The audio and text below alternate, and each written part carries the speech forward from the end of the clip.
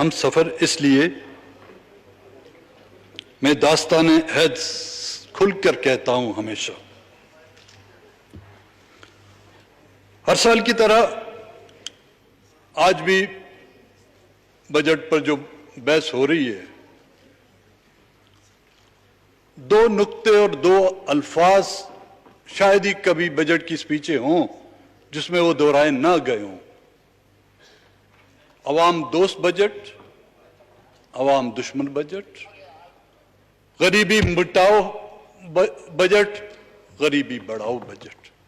یہ ہمیشہ ہوتا رہا ہے اور نہ جانے غریبوں کا کتنا فائدہ ہوا ہے، غریبوں کا کتنا نقصان ہوتا ہے،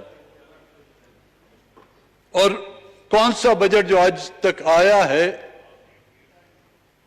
اس میں کتنے فیصد عوام دوستی کی جھلک جو ہے ہمیں دکھائی دی ہو. ممبران دوست ہو سکتا ہے، وزراء دوست ہو سکتا ہے، بیوروکریسی دوست ہو سکتا ہے، عسکریت دوست ہو سکتا ہے، لیکن عوام دوست آج تک اس ملک میں بجٹ نہ آیا ہے اور نہ ہی کبھی آنے کے امکانات ہیں.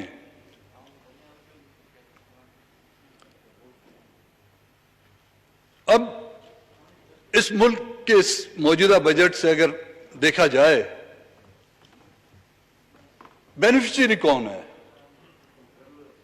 اس سے آج کے بجٹ 20 یا 21 کا جو بجٹ آ رہا ہے اس کا بینیفیشری کون ہوگا؟ وہ جس کو اس سے فائدہ ملے. کیا غریب کو فائدہ ملے گا؟ غریبوں کے لیے روزگار کے دروازے کھول دیے گئے ہیں. کیا عوام کے لیے مہنگائی کی جو کمر توڑنے والے تھے، کیا انہی بجٹوں سے عوام کی کمریں چور چور نہیں ہوئی ہیں؟ کیا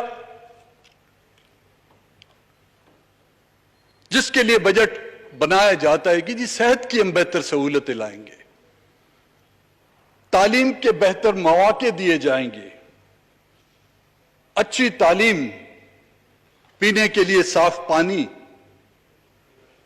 زراعت کا جدید نظام، بے روزگاری کا خاتمہ، مواصلات کا اچھا نظام جس میں روڈ اور سڑکیں ہوں گی، امن و امان، فوری اور سستا انصاف، یہ ہم حکومتوں کی جو ترجیحاتوں میں شامل ہوتی ہے. اور پرائم منسٹر سے لے کر وزراؤں تک یہ بات کہتے ہوئے نہیں تھکتے. لیکن انصاف کہاں ملتا ہے؟ یا انصاف کہاں بکتا ہے؟ ملتا نہیں ہے اس ملک میں. اس ملک میں آج دن تک کسی کو انصاف نہیں ملا. کوڑیوں کے باؤ جو انصاف یہاں پہ بکا ہے اور خریدار بھی ہم ہیں. ہم نے اس عوام کو مجبور کیا ہے وہ انصاف لے نہیں، انصاف کو خریدیں. اور منڈیوں میں جو جس طرح انصاف بکتا ہے شاید ہی اس ملک کے علاوہ کہیں بکتا ہو.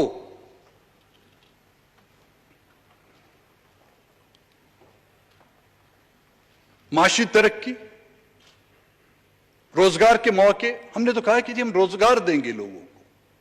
صنعتیں روز بروز بند ہوتی جائیں. آپ کی سب سے بڑی صنعت جس کو اسٹیل مل کہا جاتا تھا، آج اس کے مزدور سرپا احتجاج ہیں. پرائیویٹائز کرایا جا رہا ہے اس کو، ان لوگوں کو بے روزگار کرایا جا رہا ہے. اس حلقے کے نمائندے یہاں پہ احتجاج کرتے ہیں لیکن سننے والا کوئی نہیں. جس طرح کہ آپ نے رولنگ دی، ہمارے علی محمد صاحب نے بھی یہاں پہ بات کی، ہونا تو یہ چاہیے تھا کہ فرنٹ ڈیسک جو ہیں چیئرز بنی ہوتی، نوٹس لیتے. لیکن سنجیدگی کا اندازہ آپ اسی سے کر سکتے ہیں کہ حکومت بجٹ پیش کرنے میں جس دن پیش ہوتا ہے وہاں پر آپ کو جو ہے جگہ نہیں ملے گی. جس دن بجٹ پاس ہوتا ہے وہاں پر جو ہے آپ کو جگہ نہیں ملے گی. لیکن جس وقت تجاویزیں دی جاتی ہیں، جس وقت بحث دی جاتی ہے، تو خوردبین سے ڈھونڈنا پڑتا ہے کہ کون کہاں پر بیٹھا.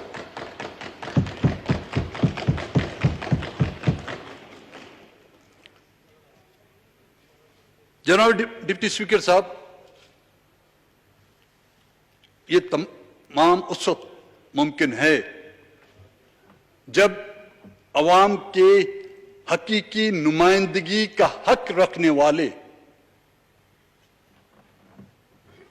फ्री एंड फेयर इलेक्शन के तहत जो है मुंतखब होके आए, जिनको अवाम का दर्द हो, जो अवाम की मजबूरियों का उनको एहसास हो, जिनको अवाम की मुसीबतों का एहसास हो। बैठे बैठे सुबह हम उठे, रात को रिजल्ट, सुबह सवेरे रिजल्ट आ गया और जी वो जीत गया, उनको एहसास कभी नहीं होगा। जो नंगे पांव उन लोगों के साथ कंधे से कंधा मिलाकर पॉलिटिकल स्ट्रगल जिन्होंने किए, जिन्होंने अपनी जानें गंवाई हैं, जिन्होंने अपने बच्चों की जानें गंवाई हैं, जिन्होंने अपनी कौम की जानें गंवाई हैं, उनको यह एहसास होगा कि बजट की अहमियत क्या है, वो बजट से क्या लेना चाहिए और आवाम को क्या डिलीवर करना चाहिए।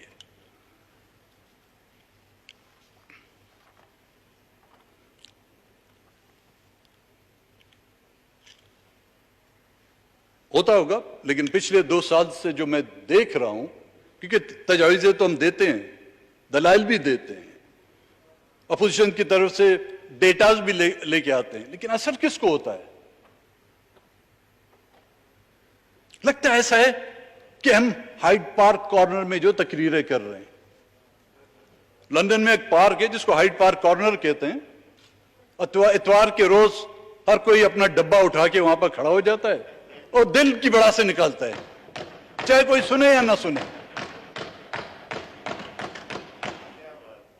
एक दूसरे को गालियां भी देते हैं, फिर एक उस डब्बे से खोखे से उठता है तो दूसरा खड़ा हो जाता है, क्योंकि वो फ्री है सबके लिए। इन ऐवानों को हम लोगों ने जो है माजरत के साथ हाइड पार्क कॉर्नर बनाया हुआ है, जिसमें ना तजावीजें ली जाती हैं और वो मेंबर चाहे उनका ताल्लुक अपोजिशन से हो, अपने हल्के इंतखाब से मुंतखब होके आए, लोगों का एहसास है उनमें, वो लोगों के एहसास को आप तक पहुंचाना चाहते हैं। मेहरबानी करके आप उनकी तजावीजों को हल तो नहीं कर सकते, कम से कम नोट तो कर लें। अगर आप लोगों के पास कागज के टुकड़े नहीं है, आप लोगों के पास कलम नहीं है, हम सब प्रोवाइड करने के लिए तैयार है, चंदा करेंगे। हम मौलाना साहब से कहेंगे तमाम मस्जिदों में ऐलान कर लें कि कागज और चंदे जो है इकट्ठे करके आप लोगों के उनसे नोट फरमाएं।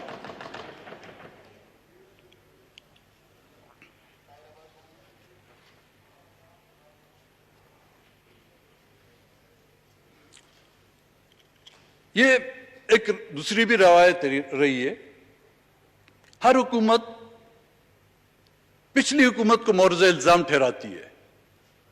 मैं मौजूदा हुकूमत की बात नहीं करता, पिछली हुकूमतों ने भी यह किया होगा, उससे पिछली हुकूमतों ने यह किया होगा कि जी ये बदहाल मईशत हमें वर्षों में मिली है, खाली खजाना हमें वर्षों में मिला है। ओ भाई, अगर इसको आप खींचते जाएं विरसे विरसे में, ये तो 1947 तक जाके पहुंच जाएगी बात। वर्षा तो वहां से शुरू होता है ना। फिर तो आप कहेंगे कायदे आज़म मोहम्मद अली जिन्ना ने जो है हमें पाकिस्तान खाली खोखला करके दिया हुआ था। आप ये कहें कि मैंने क्या किया है, मैं क्या करना चाहता हूं, कहीं मुझे तो शक है जनाब स्पीकर, अगला बजट जब आएगा कहीं हम उसको कोरोना या टिड्डी दिल के हवाले तो नहीं कर देंगे कि जी टिड्डी, ये बजट जो हमें वर्षे में मिला है इसकी जिम्मेदार कोरोना थी, ये वाला बजट। मतलब अगले साल आके ये बोलेंगे जो गया हुआ बजट है उसका जिम्मेदार या तो टिड्डी दिल है या कोरोना है।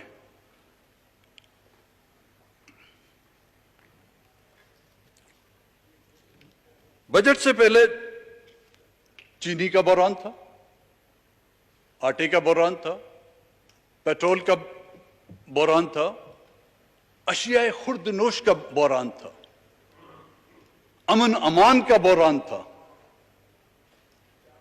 लोगों کی گھروں میں جو ہے ان کو ان کی حفاظت کا بحران تھا، لیکن اس کے لیے کیا کچھ کیا گیا؟ روزگار کے بجائے روزگار چھینا جا رہا ہے۔ NFC ایوارڈ کی طرف جناب اسپیکر میں آؤں گا۔ شاید مجھ سے قابل یہاں پر پارلیمنٹیرین ہیں، ان کی نظر سے یہ نہیں گزری ہوگی یا انہوں نے اس پر غور نہیں کیا ہوا، کیونکہ ہمارے یہاں کہتے ہیں جو دودھ کا جلا ہے نا، وہ لسی بھی پھوک پھوک پر پیتا ہے۔ منسٹر کی تقریر کا اگر آپ کسی ساتھی کے پاس ہے، صفحہ نمبر 15 پر دیکھ لیں، یہ ان کی تقریر ہے۔ NFC ایوارڈ پر نظر ثانی کی جائے گی۔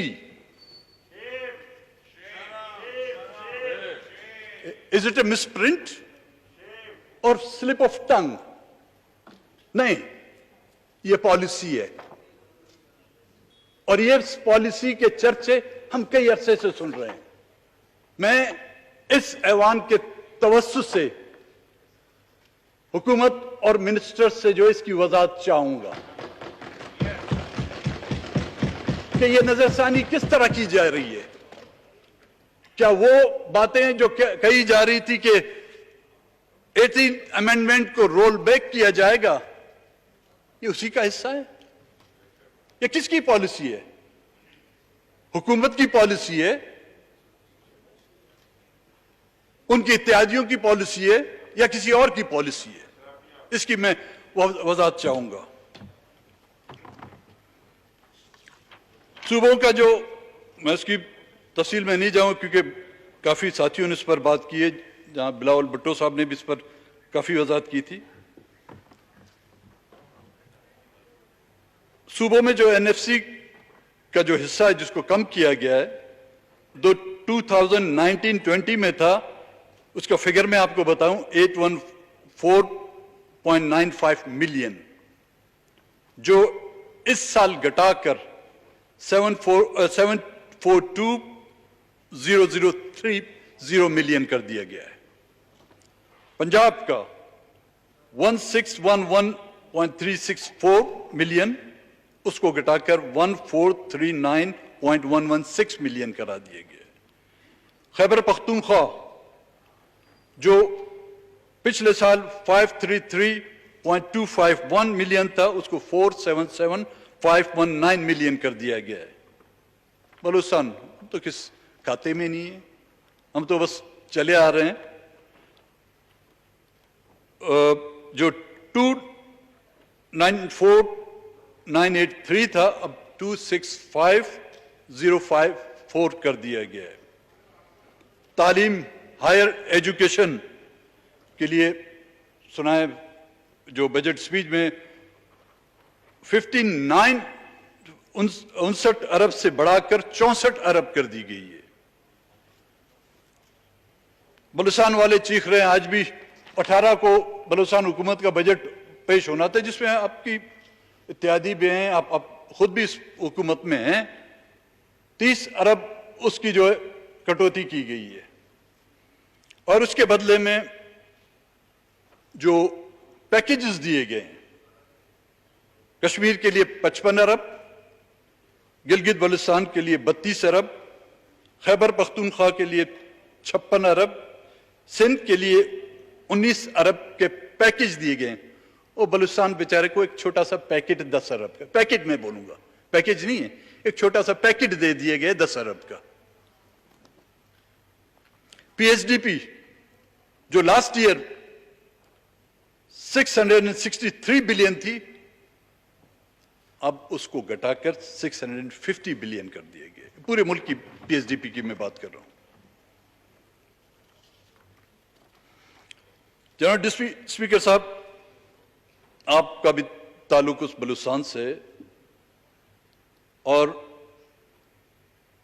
کراچی ٹو کوئٹہ، کوئٹہ ٹو چمن، اس راستے پر آپ نے بھی سفر کیا ہوگا، اور 813 کلومیٹر کا یہ فاصلہ ہے، جس میں کراچی سے لے کر چمن تک جو ضلع آتے ہیں، لسبیلا، خزدار، کلات، मस्तूम, कोयटा, पिशीन और चमन, ये तमाम के तमाम इस रोड पर आते हैं, जिले हैं ये। और इस रोड को ये बनाया था 1973 में, इसकी बुनियाद रखी गई थी सेंटो, सेंट्रल ट्रीटी ऑर्गेनाइजेशन के तहत। उसमें पाकिस्तान, ईरान और तुर्की ने, यही एक वाहिद जिसको आप कहेंगे हाईवे जिसको कहा जाता है, एक रोड है। और फिर उसको आरसीडी का नाम दिया गया, रीजनल कोऑपरेशन डेवलपमेंट। बलूचिस्तान में शायद ही दहशतगर्दी से जितने लोग हलाक नहीं हुए हों, इस रोड पर रोजाना के तहत जो है लोग हलाक होते हैं। 4,500 लोग इस रोड पर हादसात में हलाक हुए हैं। पिछली पीएचडीपी में हमने रिक्वेस्ट की थी कि खुदा के वास्ते हमें 6 लाइन वाला मोटरवे नहीं चाहिए, वो आप लोगों को मुबारक हो, क्योंकि वो कुशादा दिल आपके हो सकते हैं, हम इतने बड़े कुशादा रोडों पर नहीं चल सकते। हमें सिर्फ ड्यूल कैरेजवे दिया जाए। लास्ट पीएचडीपी में जो रखा गया था, इस पीएचडीपी में उसको कोरोना खा गया या टिड्डी दिल खा गया। ये इसी तरह बलूचिस्तान को अपने साथ चलाएंगे। यही है बलूचिस्तान की अहमियत, यही है बलूचिस्तान की एहसास महरूमियत को खत्म करने के तरीके। और ये रोड आपके कोस्टल हाईवे से भी जाके कनेक्ट होता है। आपका जो सीपेक का जो रूट है बेसिमा सुराब से, ये उससे भी कनेक्ट होता है। और ये रोड आपका रत्तो डेरो टू खुजार, इससे भी कनेक्ट होता है। और आगे चल के जो तफ्तान का जो रोड है, जिसको ताफ्तान कहा जाता है, बड़ी एक लजीज रोटी होती है खाने के लिए, ये उस तफ्तान से भी रूट से जो है नुश्की से आगे जाके कनेक्ट होता है। इसके लिए आप एक पीएचडीपी में जो स्कीम रखी गई है तो उसको भी आप ड्रॉप करते हैं। आपकी बड़ी नवाजिश, आपकी मेहरबानी। स्पीकर, मैं थोड़ा कोरोना की तरफ आऊंगा।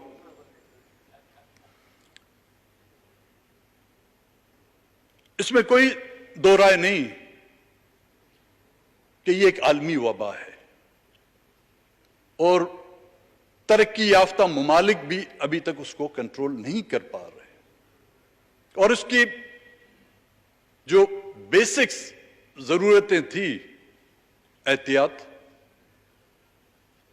डायग्नोज, देन ट्रीटमेंट तो अभी तक इसका निकला नहीं। कोई कहता है सना मक्खी खा लो, कोई कहता है कलौंजी खा लो, कोई कहता है प्याज खा लो, कोई कहता है अदरक खा लो। वो सब सब्जियां खा खा के हमारे तो गुर्दे फेल हो रहे हैं, लेकिन अभी तक इसका कोई इलाज नहीं निकल रहा।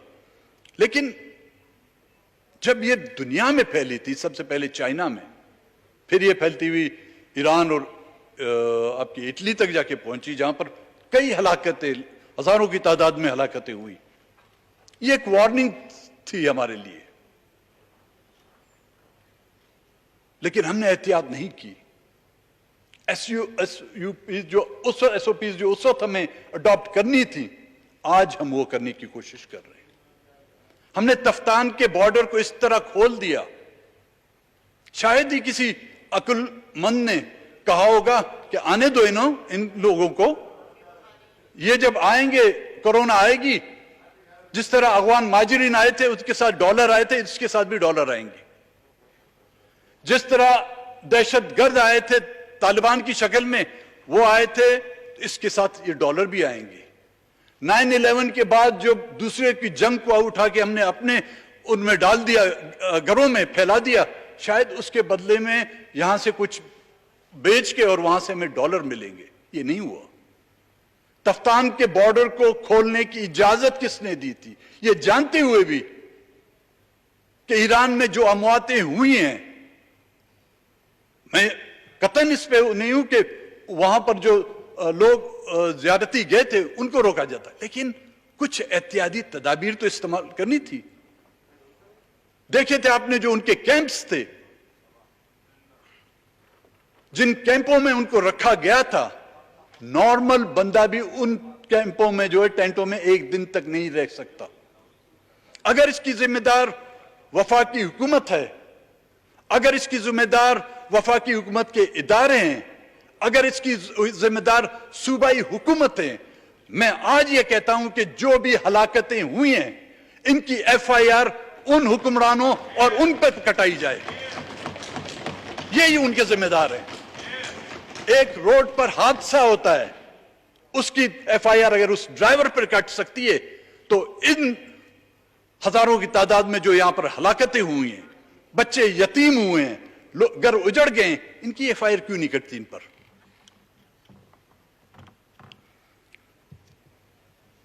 जहां तक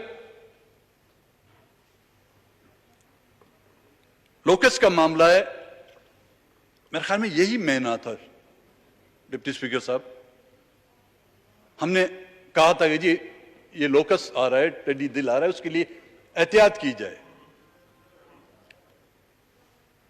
वहीं पर जो बात हुई, जरदारी साहब ने भी बात की, कई अराकीन ने इस पर बहस की, लेकिन किसी ने इसको सीरियस नहीं लिया। वो लास्ट ईयर जो चंद जिलों और सूबों के चंद इजला तक महदूद था, आज पूरे मुल्क में फैल चुका है। बलूचिस्तान के 32 इजला इसकी लपेट में है। कोई भी फसल नहीं छोड़ी। जहां पर गंदम थी, गंदम गई। जहां पे कपास की फसल थी, कपास खत्म हो गई। जहां पर वेजिटेबल्स की फसलात थी, उनको तबाह कर दिया। यहां तक कि हमारे जो ऑर्चर्ड हैं, सेब, पीचेस, आपके चेरीज, उन फसलों को जो इन्होंने तबाह कर लिया। तो इसकी हमारे पास जब पूछे थे कि जी हमारे पास स्प्रे करने के लिए जो एरोप्लेन नहीं है, तो बंदे, एक वजीर आला के लिए आप एरोप्लेन ले सकते हैं, आप F-16 ले सकते हैं, एक स्प्रे का जहाज नहीं ले सकते। तो इसमें मैं आपकी अक्ल की तारीफ करूं या जो मैं सोच रहा हूं, अपनी सोच और हिमाकत पर जो है आंसू बहाऊं। और आज भी इस पर आगे, और इस मालूम होगा यहां पर एक्सपर्ट्स भी बैठे हुए हैं, ये खत्म इस तरह नहीं होता। इस साल वो मरेगा, लेकिन वो अपने अंडे छोड़ के जाएगा और वो ग्रो करेंगे नेक्स्ट ईयर। और खुदा ना खासा अब भी इसका तदारुक नहीं किया तो इसकी तादाद आज अगर लाखों में है, अगले साल इनकी करोड़ों में होगी। आज ये करोड़ों में है तो अगले साल इनकी तादाद जो अरबों में होगी। फिर ना आप बचा सकेंगे, ना आपके अरब दोस्त इसको बचा सकेंगे।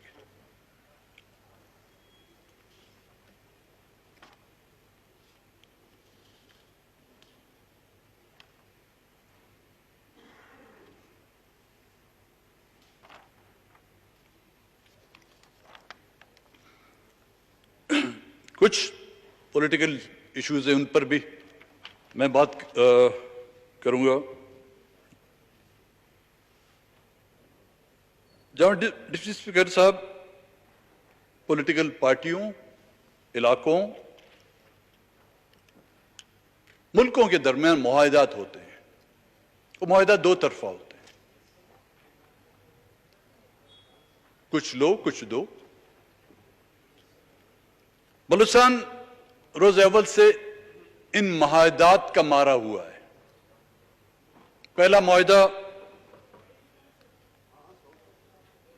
खान ऑफ कल्लात के साथ किया गया, वो एक तारीख है, उसको वायलेट किस तरह किया गया, पिछली बजट सेशन में मैंने उसका जिक्र किया। उन नाइंसाफियों के खिलाफ जब उसके भाई आगा अब्दुल करीम, आज उनकी बहू यहां पर मौजूद नहीं है, उसने बगावत की तो उसके साथ भी एक मुआहदा किया गया कि आप वापस आ जाएं, कुछ नहीं कहा जाएगा। जब वो वापस आए तो 10 साल की उसको सजा दी गई। उसके बाद फिर एक मुआहदा होता है जी नवाब नौरोज खान के साथ,